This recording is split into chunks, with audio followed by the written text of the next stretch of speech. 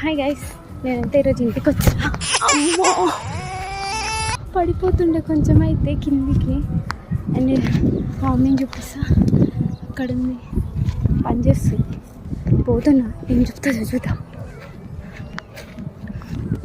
పని చేపిస్తుంది మా మమ్మీ. ఏం చేస్తున్నావే? ఏం పని చేయాలి? నాకు రాదు అది. ఏం చేయాలి? నువ్వు చేస్తున్నావు కదా, నేను ఎందుకు అవసరమా? నేను పోతాను అక్కడ ఎట్లా చేయాలి చూపి. చేయి ఒకసారి, నువ్వు చేయి ఒకసారి, నువ్వు సరే చేసి